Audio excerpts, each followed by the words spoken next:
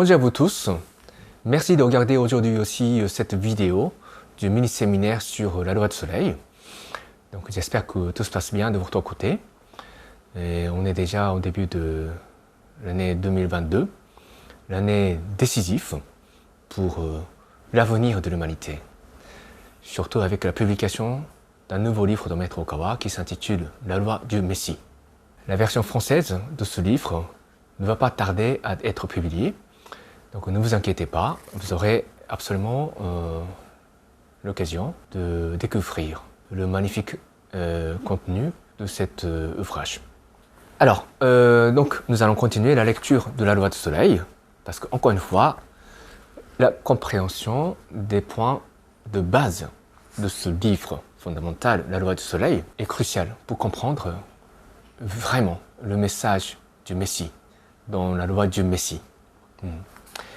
Voilà, donc nous allons continuer la lecture du chapitre 5. Nous allons étudier aujourd'hui les sections 5 et 6 concernant la civilisation de Mu. Donc d'abord, la première partie de la section 5 est consacrée pour décrire la fin de la civilisation Lamudia. Je vais lire certains passages concernant ce point.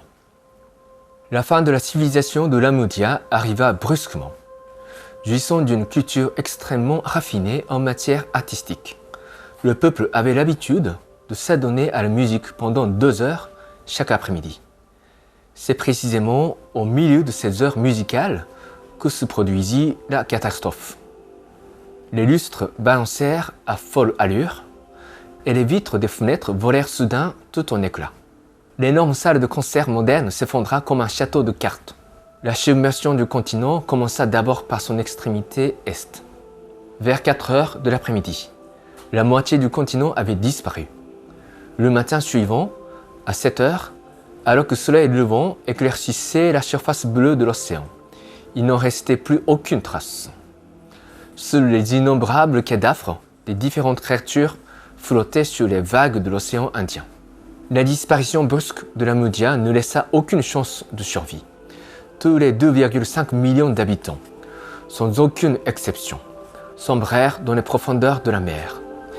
Quelle que fût la nature individuelle de chacun, bonne ou mauvaise, tous périrent. La civilisation fut toutefois conservée, car la Lamudia avait une colonie. Le nom de leur colonie était le continent de Moa, connu ultérieurement sous le nom de Mu.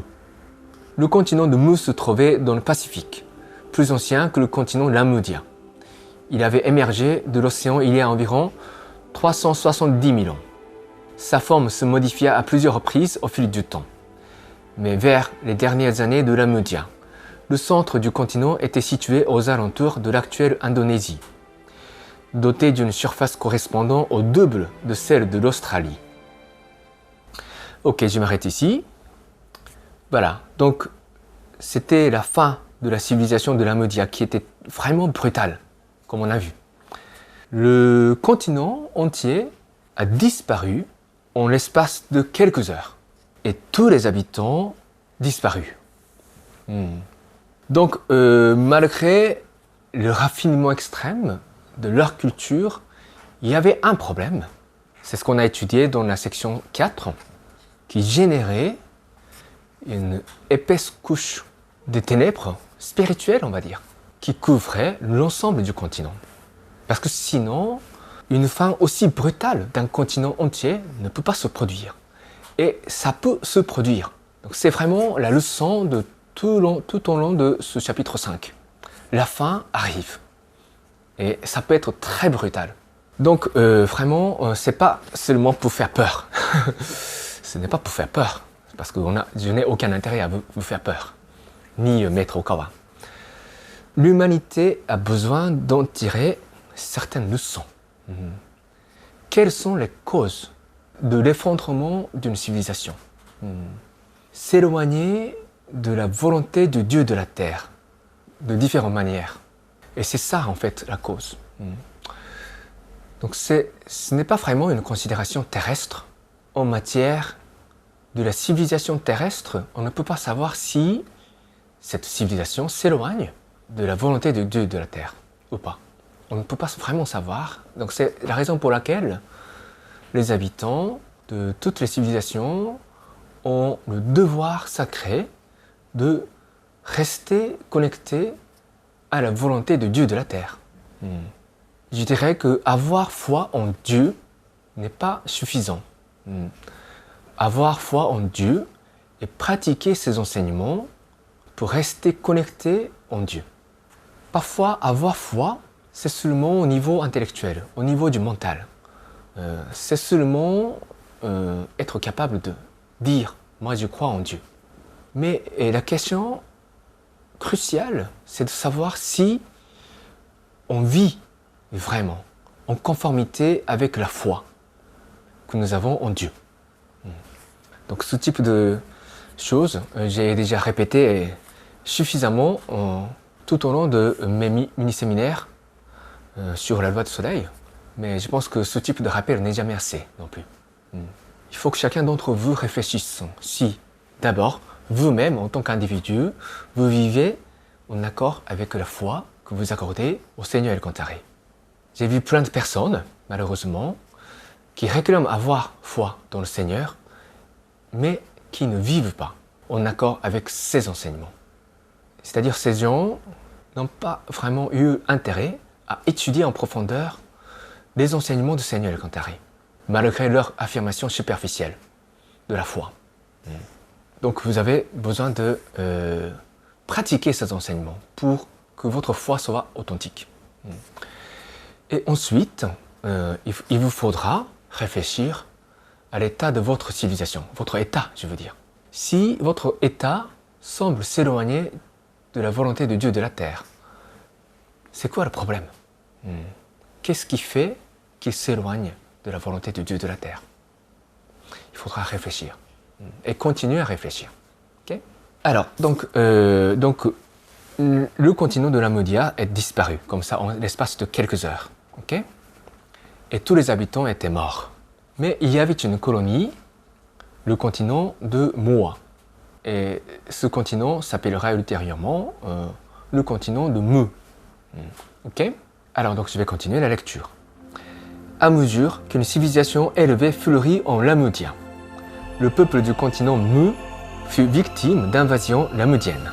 Ils construisirent une énorme flotte de grands voiliers et commencèrent à conquérir les villes majeures du continent Mu, il y a environ 28 000 ans.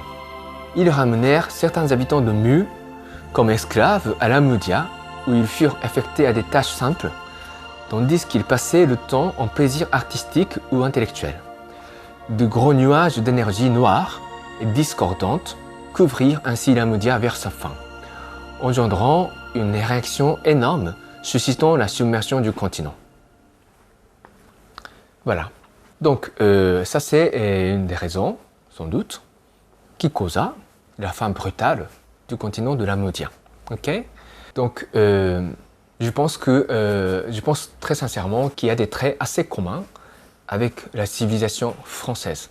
Donc, il y a cette histoire de colonisation qui n'est pas que mauvaise, je sais très bien. Hein? Donc, la colonisation n'est pas que mauvaise. Mais il y a, comment dire, une énorme quantité de karma qui s'est accumulée. Ça, c'est certain. Ça, c'est certain. Et ce karma n'a pas encore été payé.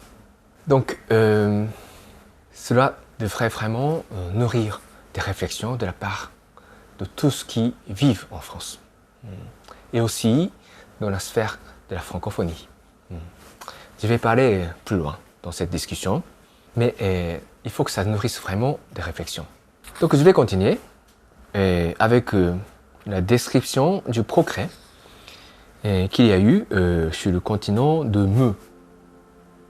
Malgré son statut de colonie, les cultures de la Lamudia étaient largement répandues sur le continent de Mu.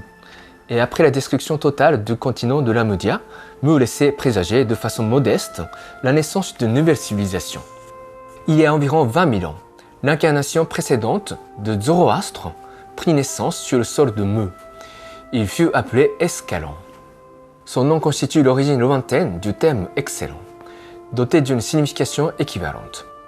Saint Escalon souligna l'importance de l'énergie scientifique du Soleil. il donna deux significations au pouvoir de la lumière solaire. La première fut sa sainteté, manifestant la gloire de Dieu. La deuxième fut son utilité. Voilà, donc je m'arrête un petit peu ici. Donc le progrès de ce continent était lent, voilà, mais petit à petit, la civilisation s'est installée. Et il y a environ 20 000 ans, le grand esprit à 9 dimensions qui s'appelle Zoroastre, plus tard, a pris naissance sur le sol de Meux. Ok? Donc toujours, pour qu'une certaine civilisation s'installe dans un certain coin du globe, il y a toujours la naissance des grands esprits. Donc bon, dans la loi de soleil, il n'y a que le nom de Zoroastre qui est cité ici, dans cette partie, mais forcément il y a d'autres anges de lumière qui ont pris naissance à cette époque ou aux autres époques pour préparer le terrain. Donc c'est toujours comme ça, l'évolution d'une civilisation sur Terre. Ça s'établit toujours avec la naissance des anges de lumière qui se migrent en quelque sorte d'une civilisation à l'autre, voilà, pour accomplir certains rôles dans le dessein du Dieu de la Terre. Donc ça, c'est la vision globale de l'histoire que vous avez l'intérêt à retenir dans votre étude de chapitre 5 de la loi de soleil. Donc à la fin de la section 5, il y a un point intéressant, donc je vais lire. Au centre de chaque grande ville s'élevait une pyramide argentée formée de triangles équilatéraux de 30 mètres de côté. Elle absorbait et amplifiait l'énergie solaire, puis la répercutait sur des pyramides de 10 mètres de côté, placées au centre de chaque commune. De là, l'énergie était redistribuée à des pyramides d'1 mètre de côté, qui se trouvaient sur le toit de chaque maison. Cette forme d'énergie fut transmise en Atlantide. Par ailleurs, ce gigantesque amplificateur d'énergie solaire possédait un mécanisme similaire à ce qu'on qualifie de pouvoir pyramidal à notre époque. Voilà, donc des pyramides existaient sur le continent de Meux. Et ça a été ensuite transmis en Atlantide. Et plus tard en Égypte. Donc le pouvoir pyramidal, c'est vraiment un pouvoir qui existe dans l'univers. Ce n'est pas un mythe. Ça a une puissance réelle. Et en fait, la description des grandes villes du continent de Meux était décrite en fait dans le film La Loi de Soleil. Donc ceux qui ont regardé attentivement le film s'en ont aperçu, j'espère. Mais sinon, je laisse le lien dans la description YouTube de cette vidéo, donc je vous invite à regarder ça. Ok, donc maintenant je vais continuer avec la section 6, avec le grand roi de la civilisation Meux qui s'appelle justement Ramu. Ramu, ok? Ra-R-A et Mu, M-U, ok? Donc je vais lire certains passages pour découvrir qui il est et quelles sont ses idées. L'âge d'or du continent de Meux survint sous le règne de Ramu il y a environ 17 000 ans. À l'époque, le culte du soleil et la science sur l'exploitation de l'énergie solaire florissaient dans le pays. C'est dans ce contexte que Ramu, l'une des incarnations passées de Shakyamuni, prit naissance sur Terre. Son nom signifiait « grand roi de la lumière de Mu ». L'enseignement de Ramu reposait sur 3 principes essentiels. 1. Tous les habitants de Meux doivent comprendre que Dieu est une entité comparable au soleil. Dieu, comme le soleil, déborde de lumière et nous l'envoie continuellement à nous qui sommes sur terre. 2. Tous les habitants de Meux doivent vivre dans un esprit d'amour et de compassion comme le soleil. L'essence de l'amour et de la compassion réside dans la quantité de lumière avec laquelle on a pu remplir le cœur des autres. 3. Tous les habitants de Meux doivent avoir le progrès comme but de vie. Cette idée de progrès ne faisait pas là uniquement référence aux arts, à la science et aux arts martiaux, mais surtout à la perfection spirituelle. Quand on découvre le fait que Ramu fut celui qui enseigna le bouddhisme quelques 14 000 ans plus tard, on se rend compte que les enseignements bouddhiques prirent racine déjà au temps de Ramu. Voilà. Donc, une chose importante, donc Ramu était une incarnation d'une partie de l'âme d'El Cantare. Ok? Donc c'est ça, le sens de incarnation passée de Shakyamuni. Donc la lumière d'Elkantare est éclairée en fait la civilisation de Mu, il y a environ 17 000 ans. Et on a vu les 3 piliers centraux des enseignements de Ramu. Donc le premier point, c'est une sorte de culte du soleil. Il a enseigné que Dieu, le Créateur, est comme le soleil. Okay? Le même type de culte existe toujours en Asie. Je pense qu'on peut dire que le continent de Mu est une des origines de ce culte du soleil. Et deuxième point, donc c'est le devoir des êtres humains. Donc il ne suffit pas de vénérer le Dieu, mais essayer d'incarner l'amour et la compassion de Dieu, comme la lumière du soleil. Et troisième point, c'est en fait deuxième devoir des êtres humains, celui de viser le progrès spirituel. Pas seulement les aspects terrestres de la vie humaine, mais surtout la perfection spirituelle.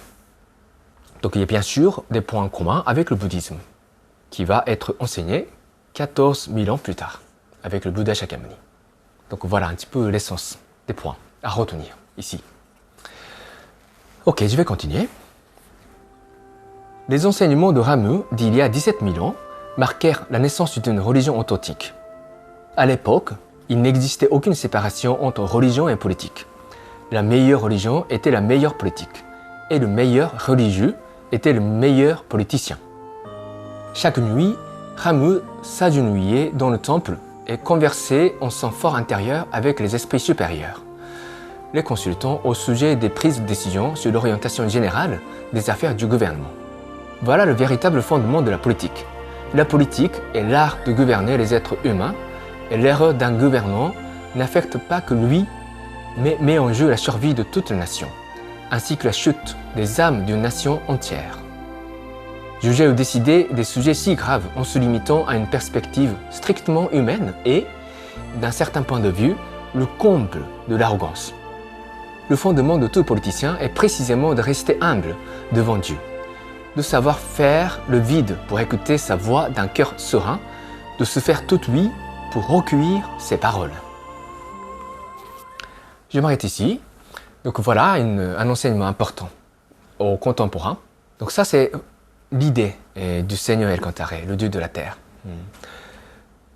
selon laquelle la politique et la religion ne doivent pas être séparées. Donc ça va à l'encontre du principe de laïcité qui fonde la République à la française. Donc ça c'est un avertissement aussi.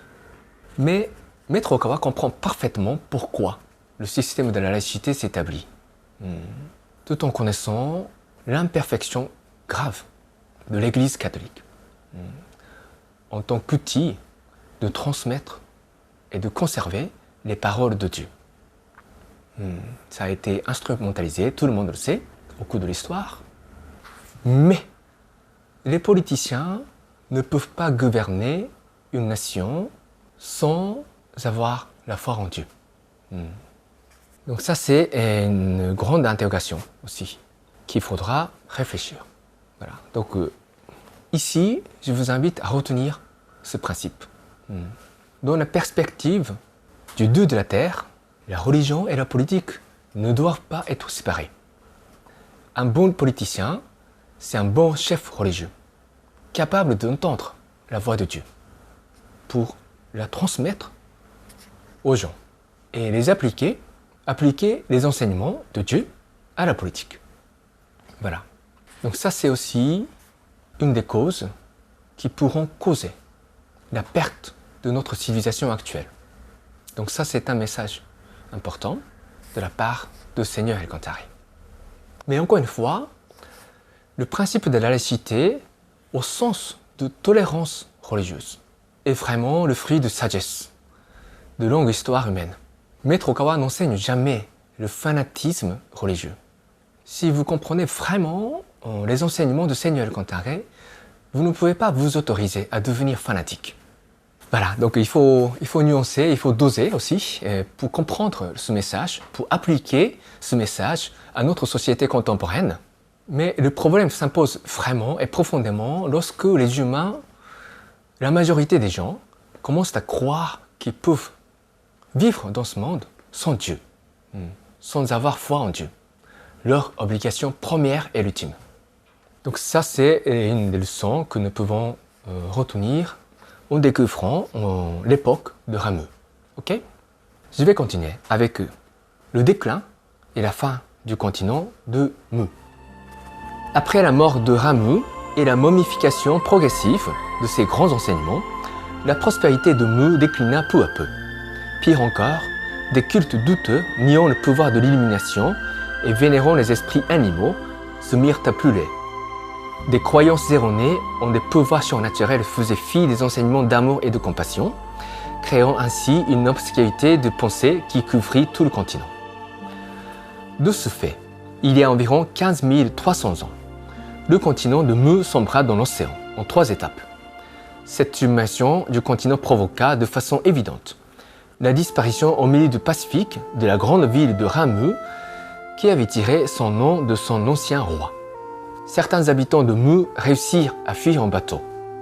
Ceux qui partirent vers le nord devinrent les ancêtres des Vietnamiens, des Japonais et des Chinois.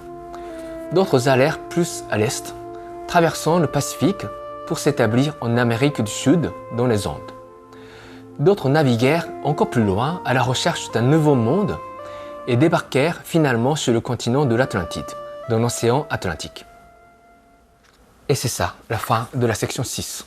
Donc, on a vu que la civilisation de Ramu s'est déclinée, non pas à cause de la perte de la foi, mais à cause des cultes erronés.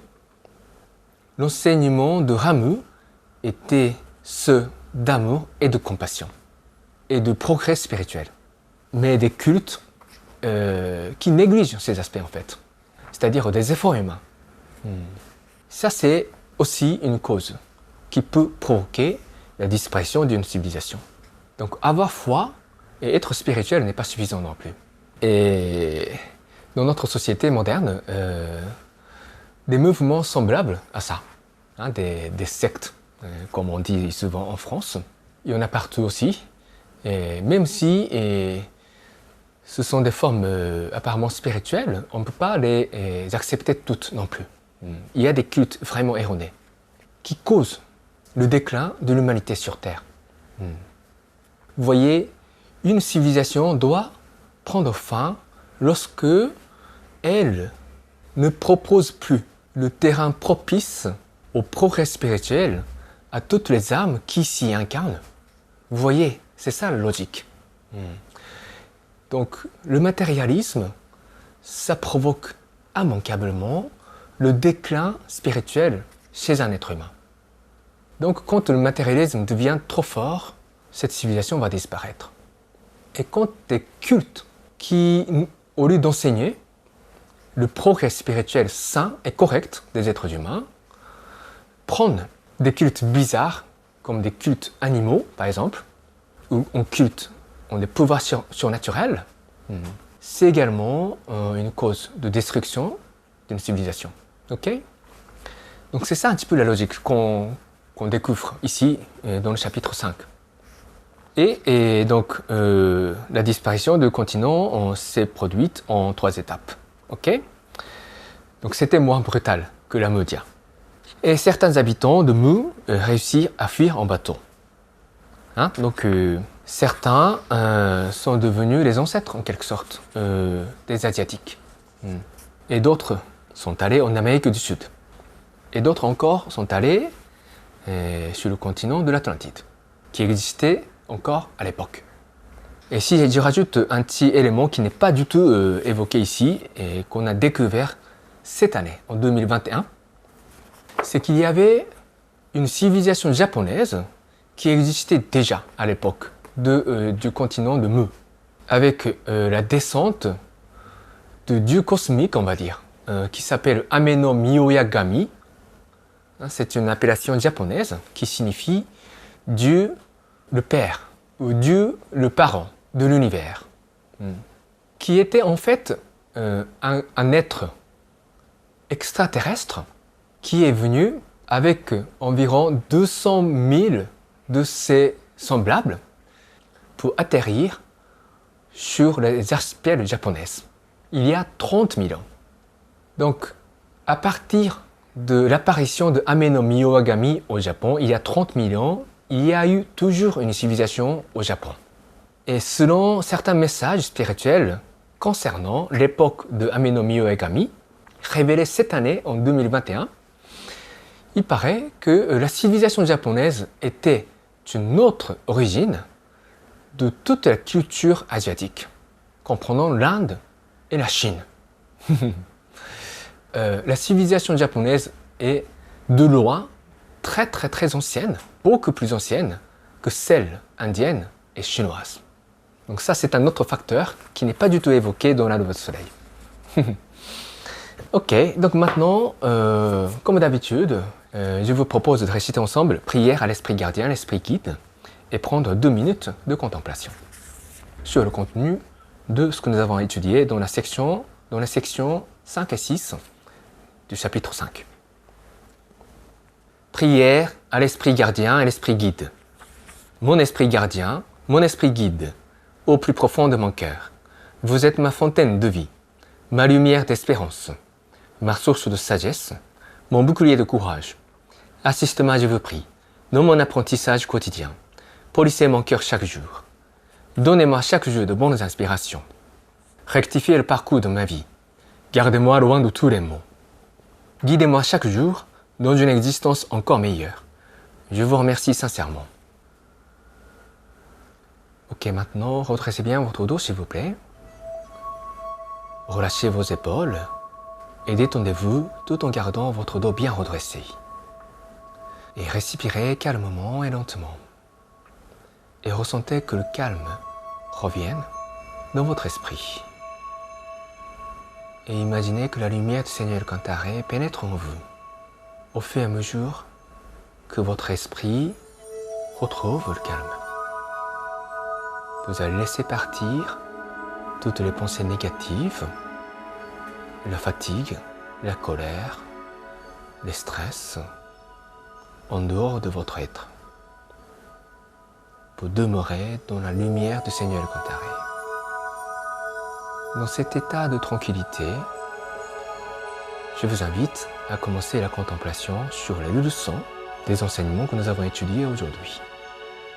Quelles sont les leçons à retenir concernant la fin de la civilisation Lamutia et concernant la civilisation de Mu?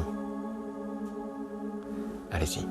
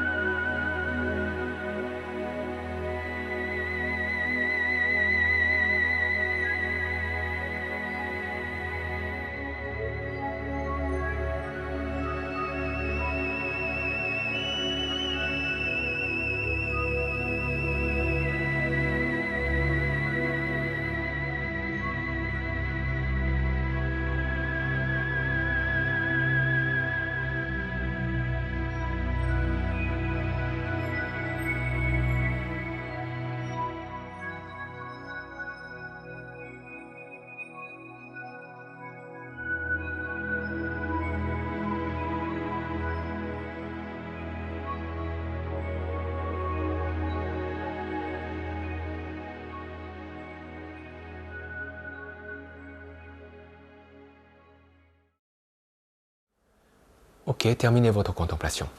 Merci beaucoup. Voilà. Donc nous avons étudié jusqu'à la civilisation de Mu.